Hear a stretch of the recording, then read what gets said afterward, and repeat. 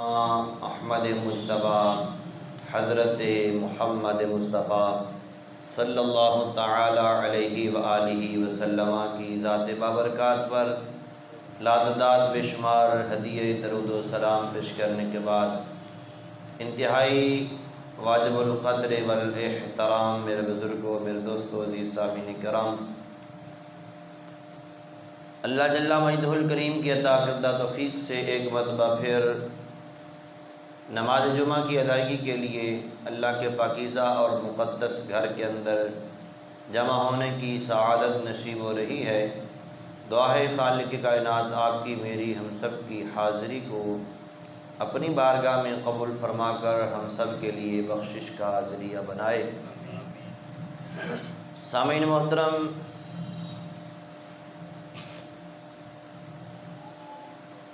پچھلے جمعہ المبارک میں امیر المؤمنین حضرت سیدنا عثمان غنی رضی اللہ تعالیٰ عنہ کا ذکر خیر ہوا، اور آج انشاءاللہ العزیز خلیفہ دوم امیر المؤمنین حضرت سیدنا عمر فاروق اعظم رضی اللہ تعالی عنہ کا ذکر خیر ہوگا، اس لیے کہ آج 26 ذی الحج ہے اور یکم محرم الحرام مشہور ہے آپ کی شہادت کا دن، اور 26 ذی الحج کو آپ کو زخمی کیا گیا، جس کی وجہ سے آپ کی شہادت واقع ہوئی۔ اس لیے آج انشاءاللہ العزیز سیدنا عمر فاروق رضی اللہ تعالیٰ عنہ آپ کی زندگی مبارکہ کے چند پہلو آپ حضرات کے سامنے وقت کی نزاکت کے پیش نظر مختصر انداز میں پیش کرنے کی سعادت حاصل کر رہا ہوں کہ سیدنا عمر رضی اللہ تعالیٰ عنہ، آپ کا نام نامی عمر ہے، اور آپ کے والد محترم کا نام خطاب، والدہ کا نام عتمہ، اور ان کا سلسلہ نسب بھی نبی پاک صلی اللہ علیہ وسلم سے ملتا ہے، اور آپ کی جو والدہ ہیں وہ ابو جہل، جو دشمن اسلام، دشمن رسول، اس کی بہن لگتی ہیں، یعنی ابو جہل سیدنا عمر پاک کا ماموں لگتا ہے۔ سامعین محترم، سیدنا عمر فاروق رضی اللہ تعالیٰ عنہ کی ذات وہ ذات ہے کہ جس کو اللہ کے پاک محبوب صلی اللہ علیہ وسلم نے رب سے مانگ کر لیا ہے۔ یہاں پر ایک جملہ کہا جاتا ہے کہ باقی تمام صحابہ حضور کے مرید ہیں، لیکن سیدنا عمر رضی اللہ تعالیٰ عنہ یہ مرید مصطفیٰ بھی ہیں اور مراد مصطفیٰ بھی ہیں، کہ نبی پاک صلی اللہ علیہ وسلم نے اللہ سے مانگ کر لیا ہے، اور اللہ نے آپ کی دعا کو قبول فرما کے آپ کو عمر رضی اللہ تعالیٰ عنہ عطا فرمائے ہیں۔ سامعین محترم، عمر کی ذات وہ ذات ہے کہ جن کے بارے میں نبی پاک صلی اللہ علیہ وسلم کا فرمان ہے، سرکار فرماتے ہیں کہ اگر میرے بعد کوئی نبی ہوتا تو فرمایا لکان عمر، تو وہ عمر ہوتا۔ بہت ساری احادیث طیبہ ہیں جو سیدنا عمر رضی اللہ تعالیٰ عنہ کی شان اقدس میں ہیں۔ ٹائم چونکہ تھوڑا ہے تو ہم نے اپنی گفتگو کو مکمل بھی کرنا ہے۔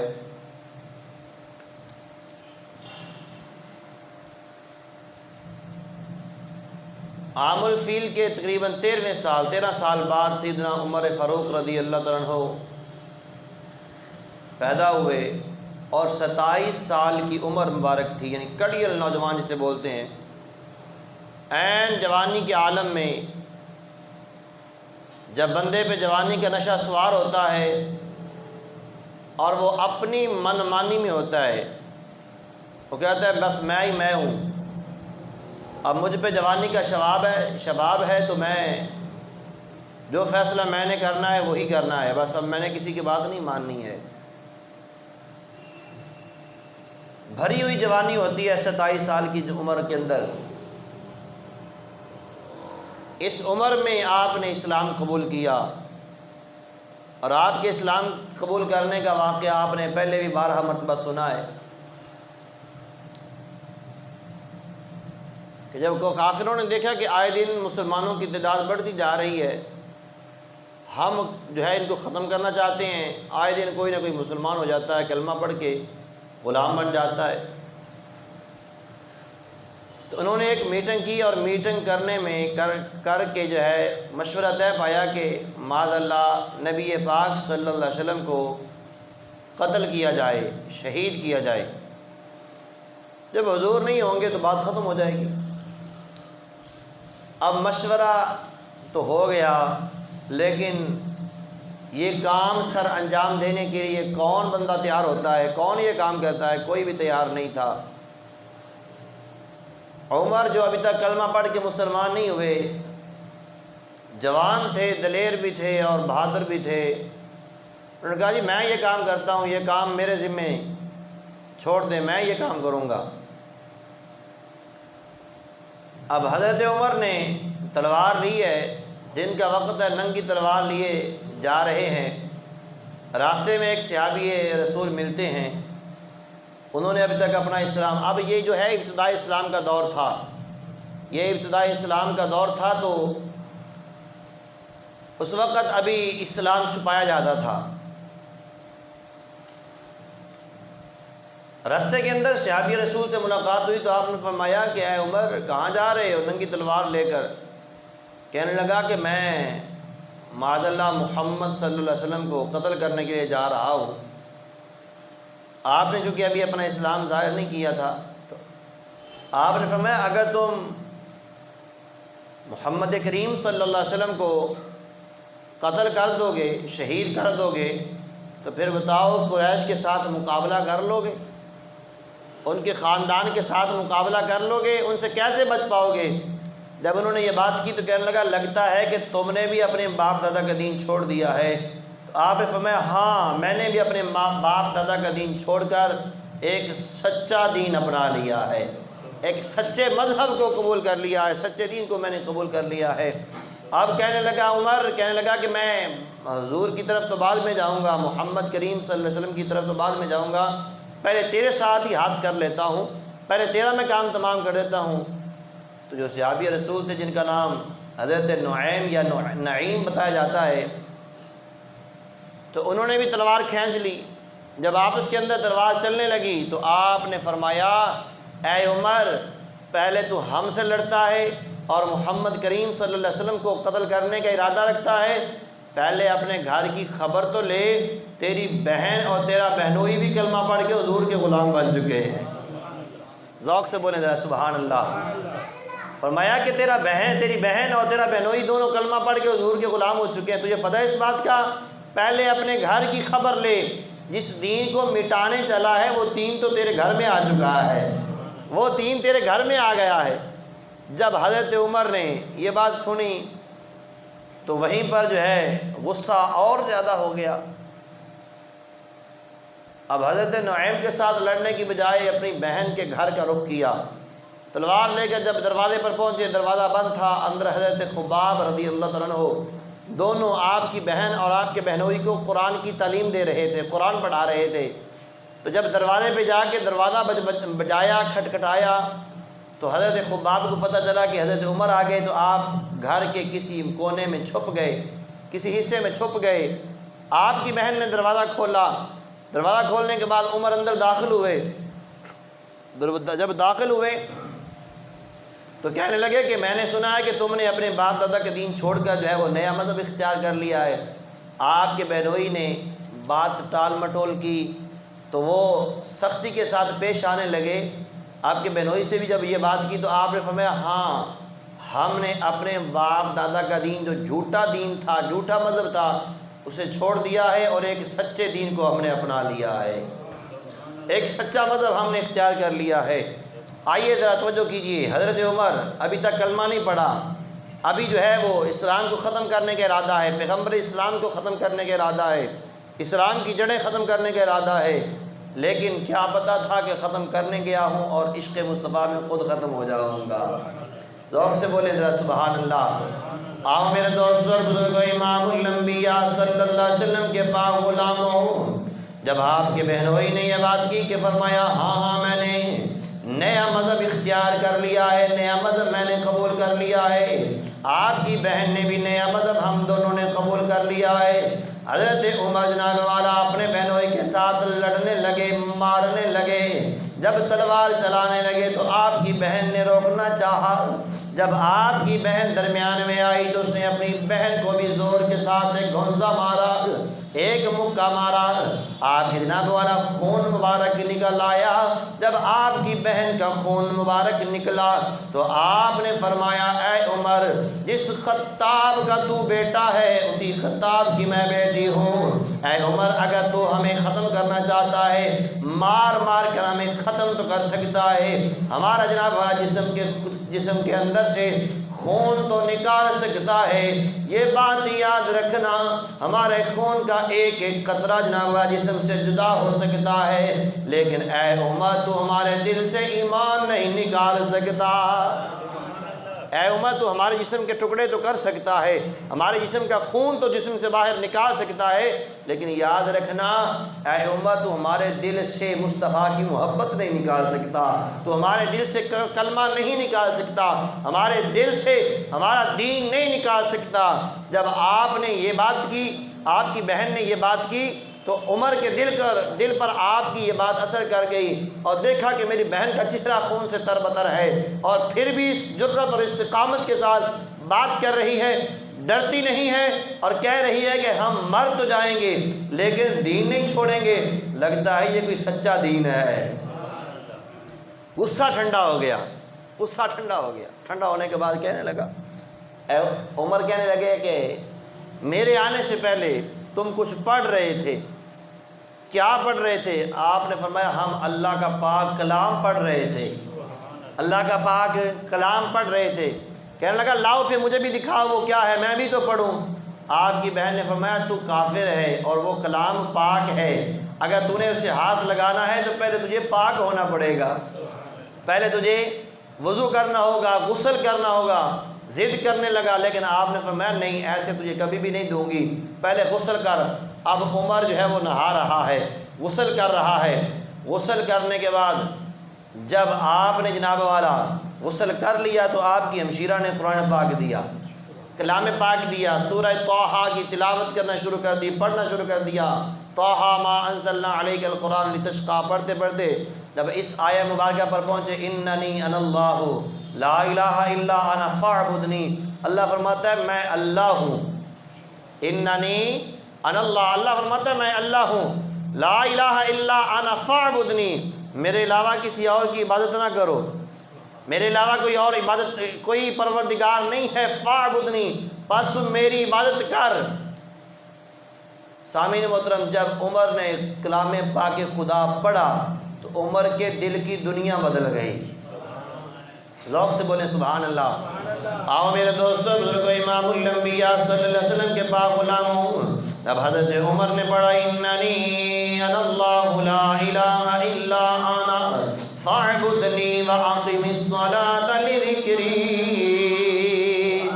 خالق کائنات فرماتا ہے میں اللہ ہوں، میرے علاوہ کوئی اور معبود نہیں ہے، بس تم میری عبادت کرو، بس تم میری عبادت کر اور میرا جناب نماز کو میرے ذکر کے لیے قائم کر۔ جب قرآن پاک کی سایہ مبارکہ کو پڑھا دل کے دنیا بدلی، دل کی کیفیت تبدیل ہوئی، کہنے لگا مجھے محمد مصطفیٰ کی بارگاہ میں لے چلو، مجھے محمد مصطفیٰ کی بارگاہ میں لے چلو۔ حضرت خباب جو جناب والا چھپے ہوئے تھے، جب انہوں نے دیکھا کہ عمر کے تیور بدل گئے ہیں، عمر کی طبیعت میں تبدیلی آ گئی ہے، آپ باہر تشریف لے آئے اور باہر تشریف لا کر فرمایا اے عمر تجھے مبارک ہو، اے عمر تجھے مبارک ہو۔ کہا کس بات کی مبارکیں دے رہے ہو؟ فرمایا کل رات جمعرات اور جمعہ کی درمیانی شب میں بارگاہ مصطفیٰ میں تھا، میں بارگاہ مصطفیٰ میں تھا، میرے آقا کریم صلی اللہ علیہ وسلم نے اللہ کی بارگاہ میں دعا کے ہاتھ اٹھا کر رب تعالیٰ کی بارگاہ میں دعا کی تھی، یا میرے مولا ابو جہل اور عمر دونوں میں سے جو تجھے پسند ہو، جو تجھے پسند ہو۔ عمر اور ابو جہل دونوں میں سے مولا جو تجھے پسند ہو اسے ایمان کی دولت بھی عطا فرما اور اس کے ذریعے اسلام کو طاقت بھی عطا فرما۔ بلکہ حدیث پاک ایک اور حدیث پاک کے اندر آتا ہے کہ میرے مصطفیٰ نے خاص طور پر حضرت عمر کے لیے دعا کی تھی، اللہم اعز الاسلام بعمر، اے میرے مولا اسلام کو عمر کے ذریعے سے طاقت عطا فرما، اسلام کو عمر کے ذریعے سے جناب والا عزتیں اور عظمتیں عطا فرما۔ جب حضرت عمر کے بارے میں میرے مصطفیٰ کریم صلی اللہ علیہ وسلم نے دعا کی ہے تو اللہ تعالیٰ نے میرے مصطفیٰ کی دعا کو اپنی بارگاہ میں قبول فرمایا ہے۔ عمر کے دل کی دنیا تبدیل ہوئی، کہنے لگا مجھے محمد مصطفیٰ کی بارگاہ میں لے چلو۔ حضرت محمد مصطفیٰ کی بارگاہ میں آپ کی بہن، آپ کا بہنوئی حضرت خباب جو میرے مصطفیٰ کی بارگاہ میں لا رہے ہیں۔ حضور اس وقت حضرت ارقم کے گھر میں جلوہ فرمائے، حضرت ارقم کے گھر کے اندر حضور جلوہ فرمائے۔ حضرت حمزہ اور ایک اور صحابی رسول ہیں جو دروازے پر پہرا دے رہے ہیں۔ جب دیکھا کہ عمر آ رہا ہے، عمر کو آتے دیکھ کر فرمایا کہ اگر آج عمر بھلائی کے ارادے سے آ رہا ہے تو ٹھیک ہے، ورنہ آج عمر کو ہماری تلوار سے کوئی نہیں بچا سکتا۔ حضرت حمزہ پہلے تیار ہو گئے، فرمایا آج اگر عمر کسی برے ارادے سے آیا ہے تو پھر آج ہماری تلوار سے بچ کے نہیں جائے گا، آج ہم اسے نہیں چھوڑیں گے۔ ادھر سے یہ باتیں ہو رہی تھیں، ادھر سے رب کا پیغام مصطفیٰ کی بارگاہ میں آ گیا ہے۔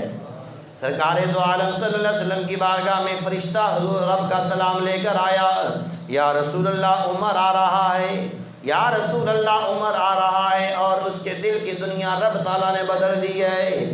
میرے مصطفیٰ نے جب رب تعالیٰ کا پیغام سنا، رب کا پیغام جب تیرے اور میرے پاک پیغمبر کی بارگاہ میں آیا، نبی پاک صلی اللہ علیہ وسلم اس گھر سے باہر تشریف لے آئے، سرکار نے آگے آ کے بڑھ کے استقبال کیا ہے عمر کا۔ سرکار خود تشریف لے کر آئے، ایک ہاتھ سے میرے مصطفیٰ نے اس عمر کا ایک ہاتھ پکڑائے، دوسرے ہاتھ سے عمر کی تلوار پکڑ کے فرمایا، اے عمر کب تک رب کی زمین پر فساد پھیلاتے رہو گے؟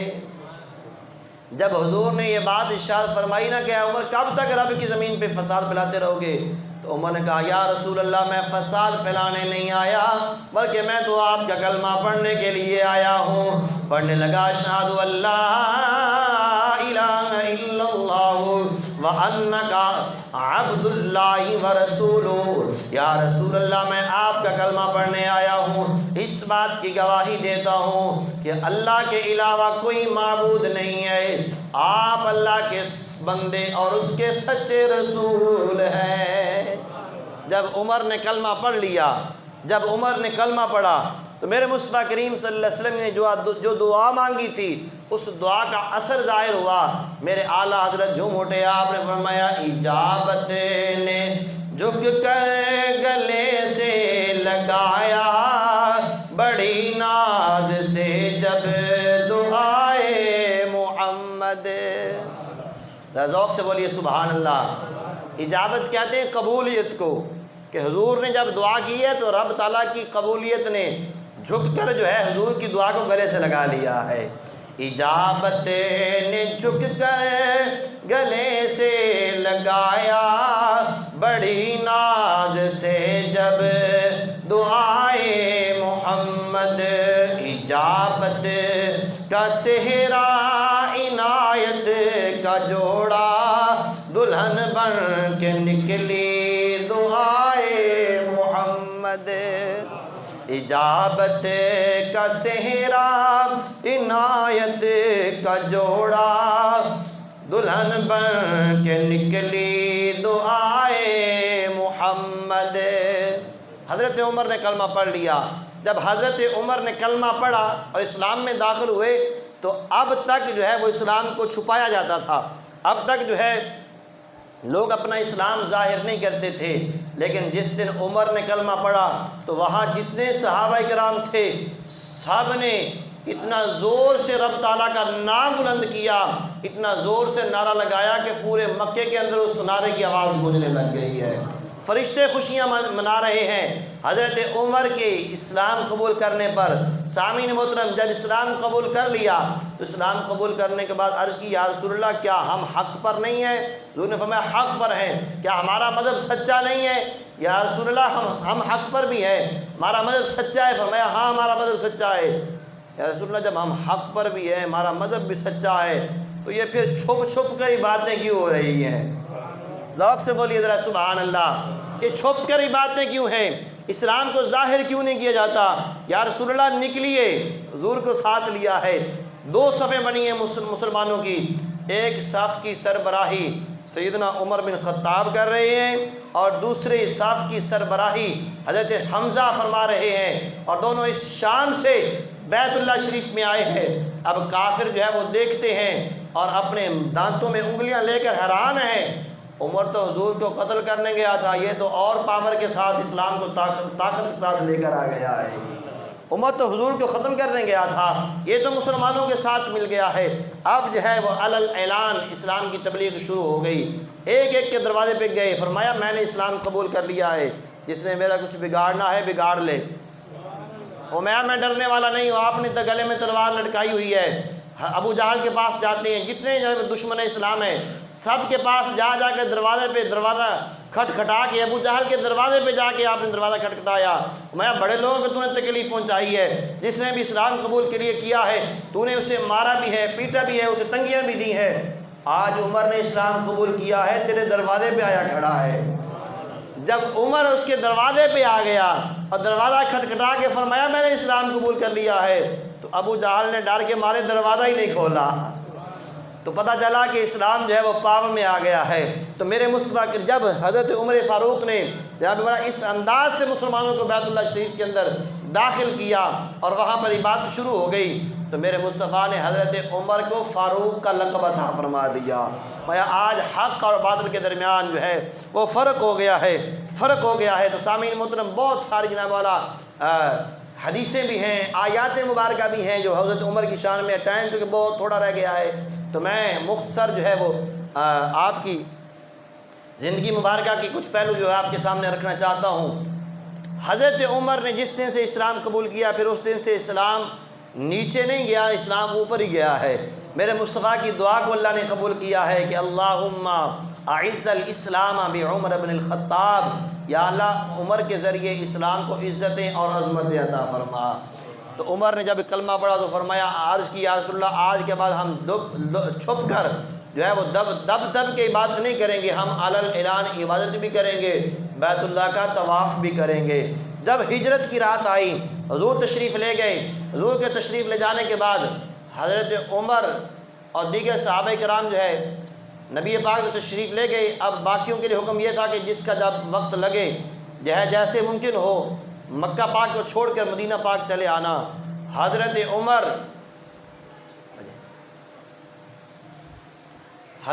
رضی اللہ تعالیٰ عنہ، آپ نے گلے میں تلوار لٹکائی، کمان پکڑی اور جناب والا آپ پہلے خانہ کعبے میں آئے، بیت اللہ شریف میں آئے، طواف کیا۔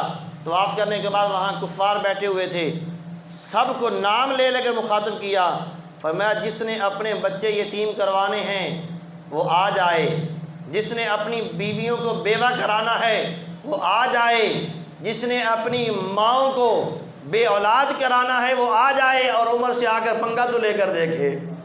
حضرت عمر علل اعلان جو ہے وہ بیت اللہ شریف کا طواف بھی کرتے ہیں، بالکل اطمینان کے ساتھ آپ نے جو ہے وہ نماز بھی 2 رکعت ادا فرمائی ہے بیت اللہ شریف میں، اور پھر علل اعلان مکہ کو چھوڑ کر جا رہے ہیں۔ اور میں جس نے اپنے بچے یتیم کروانے ہیں، اپنی بیویوں کو بیوہ کروانا ہے، جس نے اپنی ماؤں کو بے اولاد کروانا ہے وہ آئے اور عمر کے ساتھ پنگا لے کر دیکھے۔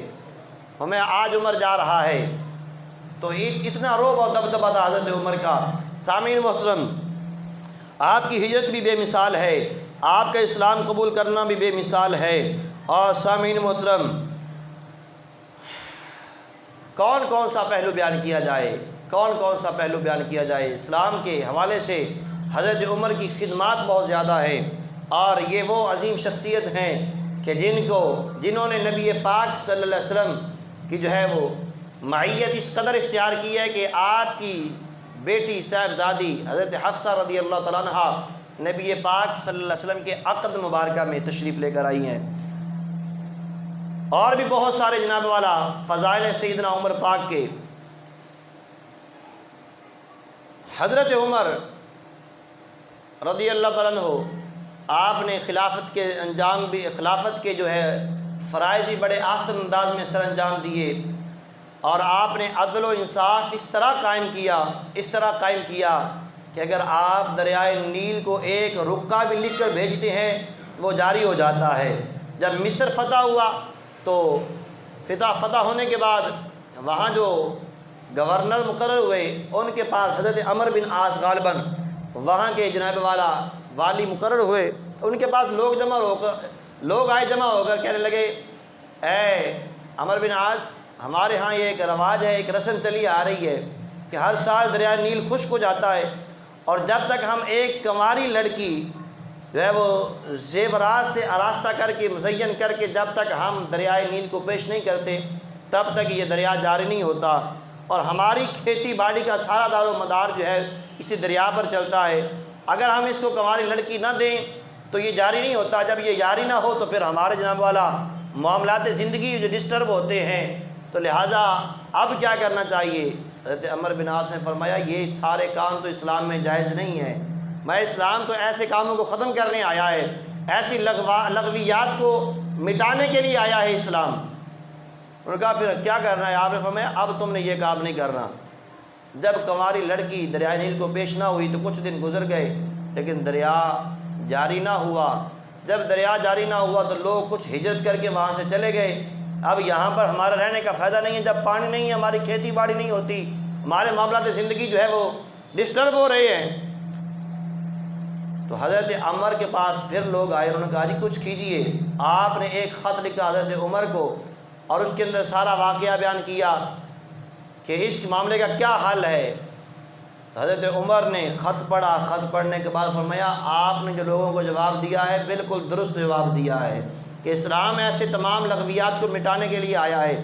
سامعین محترم، سیدنا عمر پاک نے ایک رکا لکھا اور رکا لکھ کے والی مصر کو بھیج دیا، فرمایا کہ یہ رکا اس دریا میں ڈال دینا۔ انہوں نے اس رکے کو کھولا اور کھول کر پڑھا، اس میں کیا لکھا ہوا تھا؟ فرمایا یہ امیر المومنین حضرت سیدنا عمر فاروق رضی اللہ تعالیٰ عنہ کی طرف سے دریائے نیل کی طرف یہ خط ہے، یہ پیغام ہے، یہ میسج ہے کہ اگر تو اپنی مرضی سے جاری ہوتا ہے تو پھر تیری ہمیں ضرورت نہیں ہے۔ توجہ ہے نا؟ ذوق سے بولیں ذرا سبحان اللہ۔ ایسے جو ہے وہ اسلام کے حکمران ہوتے ہیں، ریاست مدینہ کے حکمران ایسے ہوتے ہیں کہ اگر دریائے نیل کو بھی حکم دیں تو وہ جاری ہو جاتا ہے۔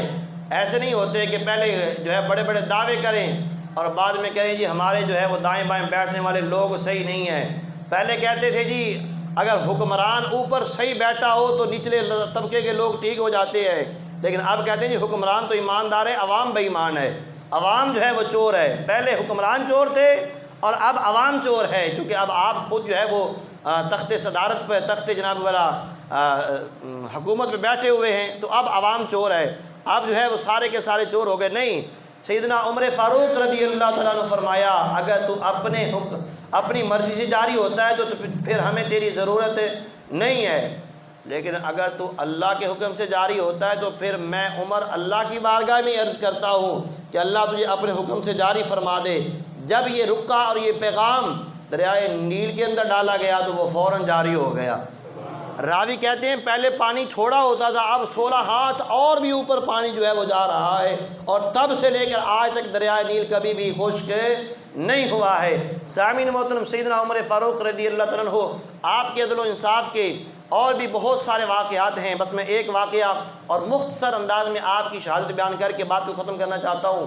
ذرا ذوق سے بولے سبحان اللہ۔ سیدنا عمر فاروق رضی اللہ تعالیٰ عنہ مدینہ پاک ہے، آپ امیر المومنین ہیں، خلیفہ وقت ہیں، وقت کے حکمران ہیں۔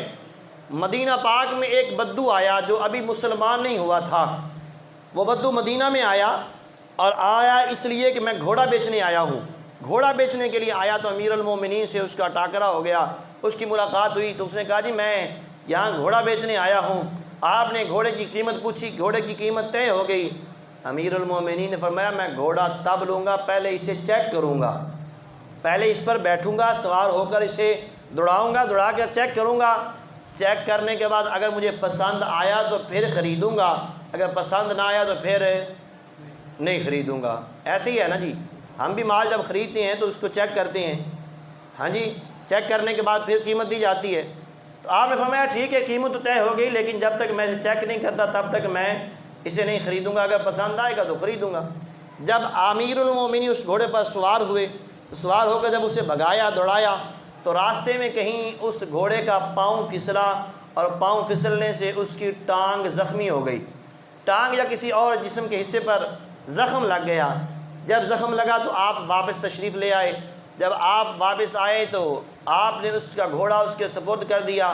اس نے کہا جی آپ گھوڑا خریدیں، آپ نے فرمایا مجھے پسند نہیں ہے۔ کہنے لگا اگر پسند نہیں ہے تو پھر آپ نے میرے گھوڑے کو زخم کیوں لگایا ہے؟ توجہ ہے نا؟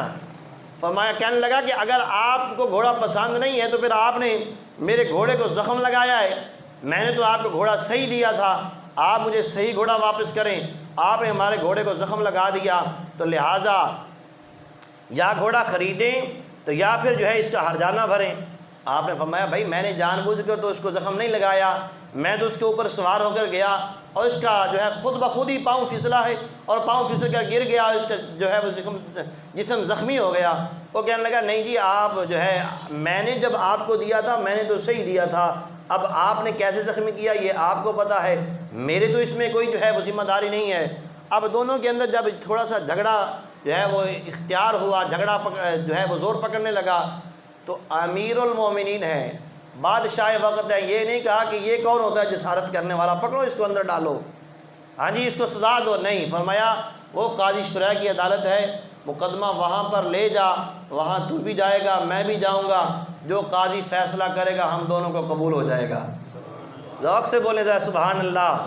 ہمارے حکمران بھی ہیں جو اپنے آپ کو پیش کرنا ہی نہیں چاہتے، ہم میں سے ہر بندہ ہی ایسے ہے، ہر بندہ ہی ایسے ہے، تو اپنے آپ کو انصاف کے لیے عدالت کے لیے پیش نہیں کرنا چاہتا، ہاں جی جس کو تھوڑا سا بھی اختیار ملتا ہے وہ کہتا ہے جی میں جو ہے وہ اب دنیا سے ماورا ہو گیا ہوں، اب میرے لیے قانون ہی اور ہے۔ یہاں پر تو جو ہے وہ کسی کے خلاف کسی عام سا جناب والا کوئی سیاسی بندہ ہو، اس کے خلاف FIR دینی ہو تو وہ بھی جناب والا تھانے کا SHO کہتا ہے نہیں جی اس کے خلاف SHO نہیں ہو، اس کے خلاف جو ہے وہ FIR نہیں ہو سکتی، اس لیے کہ یہ وہ سیاسی ہے، وہ جو ہے اس سے ماورا ہیں۔ لیکن امیر المومنین نے فرمایا جاؤ عدالت کے اندر، میں بھی آؤں گا تم بھی وہاں پر پیش ہو جانا۔ اب بدو کو پتہ نہیں ہے کہ یہ کون ہے، بدو کو پتہ نہیں ہے کہ یہ کون ہے کہ جس کے ساتھ میرا مکالمہ ہو رہا ہے، میری بات ہو رہی ہے۔ اب اس بدو نے قاضی شرح کی عدالت کے اندر جا کر جو ہے وہ اپنا جو ہے مقدمہ درج کر دیا امیر المومنین کے خلاف، کہا جی میں نے گھوڑا صحیح دیا تھا اور انہوں نے زخمی کر دیا ہے، میرا مقدمہ سنا جائے۔ امیر المومنین بھی آ گئے اور آپ نے خود حکم ارشاد فرمایا کہ یہ باہر سے آیا ہے، اس کا مقدمہ جلدی سنا بھی جائے اور فیصلہ بھی اس کا جلدی کیا جائے۔ ہاں جی یہاں پر تو ہم مقدمہ جو ہے وہ دادا جو ہے دائر کرتا ہے اور بعد میں پوتے اور ان کی بھی اگلی جو نسلیں ہیں وہ جا کر مقدمے کا فیصلہ سنتی ہیں، حق پر ہو یا غلط ہو جیسے بھی ہو، کئی جناب والا دہائیاں گزر جاتی ہیں فیصلہ سننے کے لیے، کان ترس جاتے ہیں، زندگیاں بیت جاتی ہیں، لیکن فرمایا نہیں آج ہی اس کا مقدمہ درج بھی ہونا چاہیے، سماعت بھی ہونی چاہیے اور فیصلہ بھی آج ہی ہونا چاہیے۔ خود امیر وقت جو ہے اس بات کا حکم دے رہے ہیں۔ اب قاضی کی عدالت کے اندر فیصلہ لگ گیا، جب قاضی کی عدالت میں فیصلہ لگا ہے تب اس بدو کو پتہ چلا کہ جس کے خلاف میں مقدمہ درج کر کے بیٹھا ہوں وہ تو مدینے کا حاکم ہے، وہ تو امیر المومنین ہے، وہ تو مسلمانوں کا حکمران ہے۔ تب اس بدو کو پتہ چلا، قاضی شرح اٹھ کر کھڑے ہو گئے آپ کے احترام کے لیے۔ آپ نے فرمایا تم میرے احترام کے لیے کیوں اٹھ کر کھڑے ہو؟ میں کہ مجرم کی حیثیت سے مقدمے کے لیے آیا ہوں، میں خبردار میری ادب کے لیے احترام کے لیے تم نے کھڑے نہیں ہونا۔ سامعین محترم اب جو ہے سماعت ہوئی ہے، اس بندے نے بھی اپنا موقف پیش کیا، امیر المومنین نے بھی اپنا موقف پیش کیا۔ اب قاضی نے کیا فیصلہ دیا؟ قاضی نے یہ نہیں دیکھا کہ یہ تو باہر سے آیا بدو ہے، اس کا یہاں پر کون حامی ہوگا، اور ادھر سے خلیفہ وقت ہیں، امیر المومنین ہیں، حاکم وقت ہیں، ان کے خلاف میں کیسے جسارت کر سکتا ہوں؟ نہیں یہ نہیں، آپ نے دونوں کا فیصلہ سنا، دونوں کی بات سنی، بات سننے کے بعد آپ نے فرمایا اے امیر المومنین آپ کی غلطی ہے۔ توجہ ہے نا؟ ذوق سے بولے سبحان اللہ۔ اے امیر المومنین آپ نے گھوڑا صحیح لیا تھا تو آپ کی ذمہ داری تھی کہ آپ اسے صحیح واپس کرتے، اگر زخمی ہوا ہے یا تو گھوڑا خریدیں یا پھر جو ہے اس کا ہرجانہ بھریں۔ تو امیر المومنین نے کہا کہ ٹھیک ہے جی، میں آپ کا فیصلہ قبول کرتا ہوں اور گھوڑا خریدتا ہوں۔ فیصلہ ہو گیا، گھوڑا خریدا گیا۔ قاضی شریح نے کہا کہ اے امیر المومنین، آپ کی وجہ سے اس بدو کو، اس دیہاتی کو پریشانی بھی ہوئی ہے۔ کہا پھر کیا حکم ہے؟ کہا آپ اسے کھانا بھی کھلائیے، آپ اسے کھانا بھی کھلائیے۔ آپ نے میں ٹھیک ہے، میں اسے گھر لے جاتا ہوں، کھانا بھی کھلاؤں گا۔ کہا نہیں نہیں، کھانا کھلانے تک نہیں ہے، اب اس نے واپس جانا ہے۔ گھوڑا تو اس کا آپ نے خرید لیا ہے، گھوڑا جس کا آپ نے خرید لیا ہے، اب اس نے واپس جانا ہے۔ اس کے واپس جانے کا یا اسے کرایہ دیجئے یا سواری کا انتظام کر کے دیجئے۔ آپ نے فرمایا ٹھیک ہے، میں اسے گھر لے جاتا ہوں، کھانا بھی کھلاتا ہوں، اپنے بیٹے کی ڈیوٹی لگاتا ہوں۔ اس بندے نے جہاں جانا ہے اسے چھوڑ کر بھی آئے گا۔ وہ بندہ کہنے لگا اب میں نے کہاں جانا ہے؟ ذوق سے بولے ذرا سبحان اللہ۔ وہ بندہ مسلمان نہیں تھا، کہنے لگا اب میں نے کہاں جانا ہے کہ مدینہ پاک کے اندر مدینہ کا حکمران عدالت میں پیش ہوا اور قاضی نے اس کے خلاف فیصلہ دیا ہے، اور مدینہ کے حکمران نے اس فیصلے کو تسلیم بھی کیا ہے، اس پر عمل بھی کیا ہے۔ اب میں نے کہاں جانا ہے؟ مجھے کلمہ پڑھاؤ اور اپنے ساتھ ہی مجھے بھی رکھ لو۔ ایسے ہوتے ہیں ریاست مدینہ کے حکمران، ایسے ہوتے ہیں ریاست مدینہ کے حکمران۔ یہ نہیں ادھر سے وعدہ کریں ادھر سے وعدہ توڑ دیں، ہاں جی، وعدے پہ وعدہ، پھر وعدے کو توڑ دیں۔ قرآن کہتا ہے وَأَوْفُوا بِالْعَهْدِ إِنَّ الْعَهْدَ كَانَ مَسْئُولًا، فرمایا کہ وعدہ پورا کرو، جو تم وعدہ کرتے ہو اس وعدے کو پورا کرو، اس لیے کہ قیامت کے دن وعدے کے بارے میں سوال کیا جائے گا۔ میرے مصطفیٰ کریم صلی اللہ علیہ وسلم نے منافق کی 3 نشانیاں بیان فرمائی ہیں۔ فرمایا جب بھی بولے گا جھوٹ بولے گا، جب وعدہ کرے گا تو پورا نہیں کرے گا، اور قسمیں جھوٹی کھائے گا۔ تو سامعین محترم، والی ریاست مدینہ کی طرف آپ اگر نظر دوڑا کر دیکھیں تو آپ کو سارے مصطفیٰ کریم صلی اللہ علیہ وسلم کی حدیث پاک کے جتنے بھی جناب والا نشانیاں بتائی گئی ہیں ساری کی ساری آپ کو مل جائیں گی۔ وعدے جھوٹے کیے اور سارے کے سارے توڑ دیے، جھوٹ پہ جھوٹ بولے جا رہے ہیں، پہلے بھی جھوٹ بولے اب بھی جھوٹ بولے جا رہے ہیں۔ آج جناب والا باقی جتنی بھی نشانیاں ہیں ساری کی ساری پائی جاتی ہیں۔ یہ صرف اور صرف حکمرانوں کا قصور نہیں ہے، آپ کا اور میرا قصور بھی ہے۔ یہ مت بھول جائیں آپ لوگ کہ پتہ نہیں جو ہے وہ ہم جو ہے اس بات کے ذمہ دار نہیں ہیں۔ اگر حاکم وقت کوئی غلط کام کرتا ہے تو جس بندے نے اس بندے کو آگے لانے میں کوشش کی ہے اور جس بندے نے اس کی سپورٹ کی ہے وہ بندہ بھی برابر کا ذمہ دار ہے۔ جو گناہ وہ کرتا ہے اس گناہ میں ہم سب شریک ہیں جو اس کے حامی ہیں۔ تو اس لیے جب بھی حاکم وقت کا جو ہے وہ منتخب کرنے کا وقت آئے تو ہمیں پوری طرح سوچ لینا چاہیے۔ یہ صرف اور صرف ایک انگوٹھا یا ایک مہر نہیں ہوتی کہ لگا کر ہم بری ہو گئے، یہ ایک گواہی ہوتی ہے کہ ہم اس کے اچھے اور برے کی گواہی دے رہے ہیں۔ اگر یہ برا کرے گا تو ہم اس کی برائی میں شامل ہیں، اگر یہ اچھا کرے گا تو ہم اس کی اچھائی میں شامل ہیں۔ تو اس لیے سوچ سمجھ کر اپنی آخرت بھی برباد نہیں کرنی چاہیے، سوچ سمجھ کر فیصلہ کرنا چاہیے کہ ہمارا حکمران کیسا ہونا چاہیے۔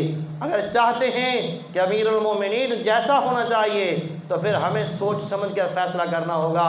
اللہ تعالیٰ کی بارگاہ میں دعا ہے اللہ تعالیٰ ہم سب کو عمل کی توفیق نصیب فرمائے اور خلفائے راشدین کی زندگیوں کو پڑھنے کی، ان پر عمل کرنے کی توفیق نصیب فرمائے، آمین۔ وما علینا الا البلاغ المبین۔ جن